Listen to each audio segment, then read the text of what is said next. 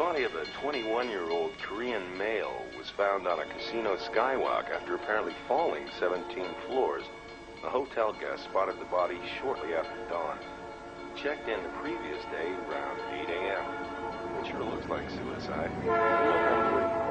In the press, the young man's death stirred barely a ripple of interest until it emerged who he was.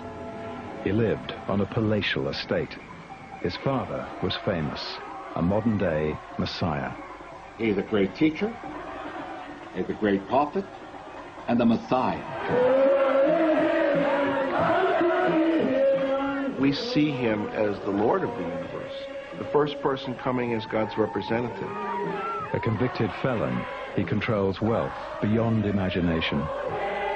That's the heart of Moon's psyche, is the drive, the need for power. He thinks he can literally buy countries. Absolutely. He leads a church or a cult.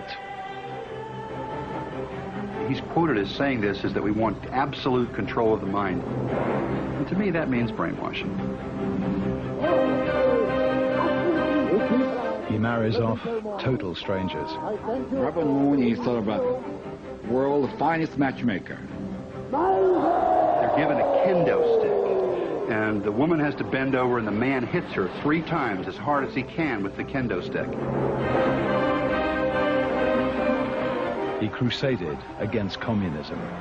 Who did liberate communism? To me, very clear. It's the Reverend Moon. His stated aim is world domination. You have to be prepared to die for him, and he says that.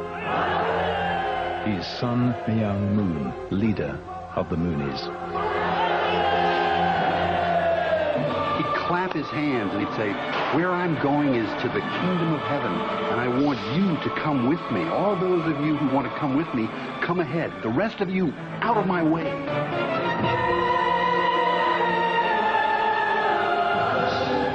One of the things they say in their prayers is, crush Satan, out Satan, crush Satan, out Satan. Oh, it was tremendously exciting. These were the end times. These are the last days. And we had the great blessing to be on the side of the Son of God. I loved him. I adored him. There is an awesome feeling when you are near him. You feel in the presence of an enormous power. This is a man who's going towards his destiny regardless of what anybody else thinks, says, or does.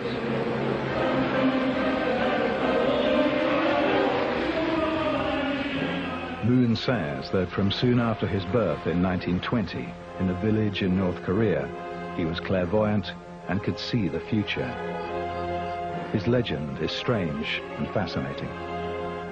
At age 15, his followers believe he walked up into the mountains one Easter morning to pray. There were clouds tipped with gold. Jesus stepped out of the clouds. Put his hand on his head. And the voice was very clear. Now, you are to take over my undone mission. I will be walking every step of the day with you.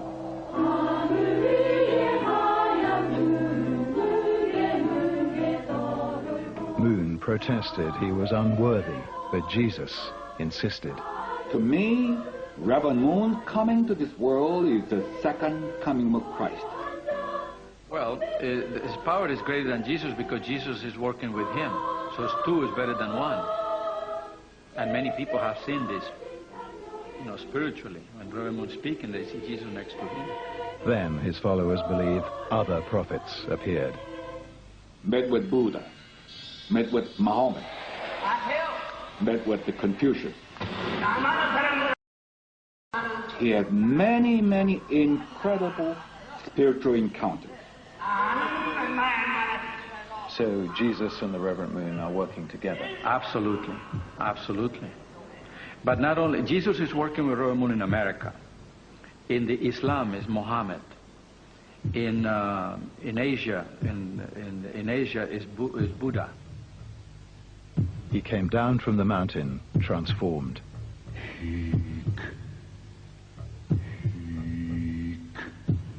In his village, Moon was supposed to have wisdom beyond his years.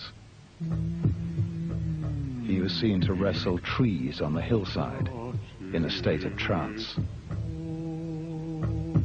Before World War II, Korea was under Japanese occupation. Koreans were ordered to follow the Japanese Shinto faith. Now nearly 20, Moon says his struggle was not with the Japanese. It was with the devil. I have never seen any man so dedicated to God. Legend has it that at his home in Seoul, overwhelmed by the suffering of God, he would cry for days on end. Once his tears leaked into the room below. As Japan made ready for to Tokyo to study engineering.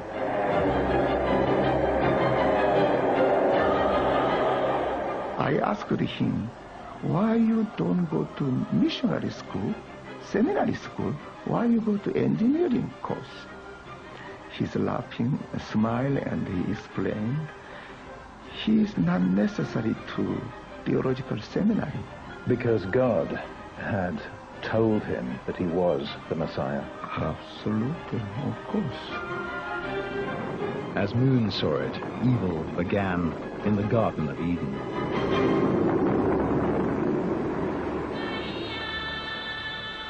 Eve tasted the forbidden fruit. She had sex with Lucifer, the archangel. Then she had sex with Adam. But for Reverend Moon, it's quite clear there was a sex relationship. Why so?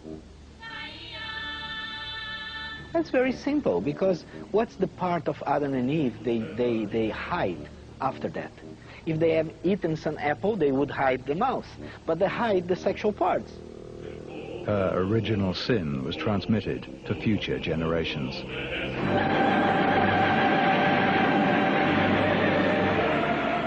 Hence, the fall of man.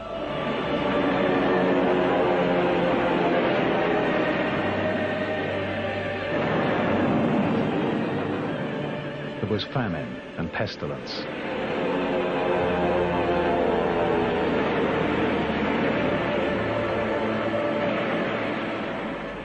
As Moon told his followers, he was the third Adam, here to restore the perfect world that God had designed. You have no way to know that Reverend Moon is the Messiah just looking at him. He was praying more than 17 hours every day. He's a man of prayer. Through him, I feel elevated closer to God. Ironically, Moon's church was born out of suffering. After Hiroshima and Nagasaki, the Japanese surrendered and pulled their troops out of Korea. I now invite the representatives of the Emperor of Japan to sign the instrument of surrender. Now there was religious freedom in Korea.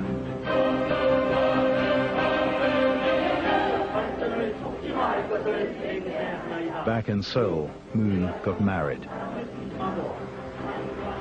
According to legend, he told his wife he was going out to buy rice for their new baby. He never came back. God told him to go to North Korea to preach. His way of teaching, it was just simply fascinating. All the conventional questions resolved automatically, like a snow melting. His belief that Korea had spawned a new Messiah outraged many Christians. Reverend Moon was accused as heretic. Worse still, Soviet troops were swarming into North Korea, stifling freedom of worship almost as soon as it began. Today, Moon's followers are told he was framed by the new communist regime of Kim Il-sung, punished for speaking the word of God. He was absolutely incredibly tortured by the communist police. Incredible. He was just virtually beaten to death. He was sent to North Korea's Hungnam death camp.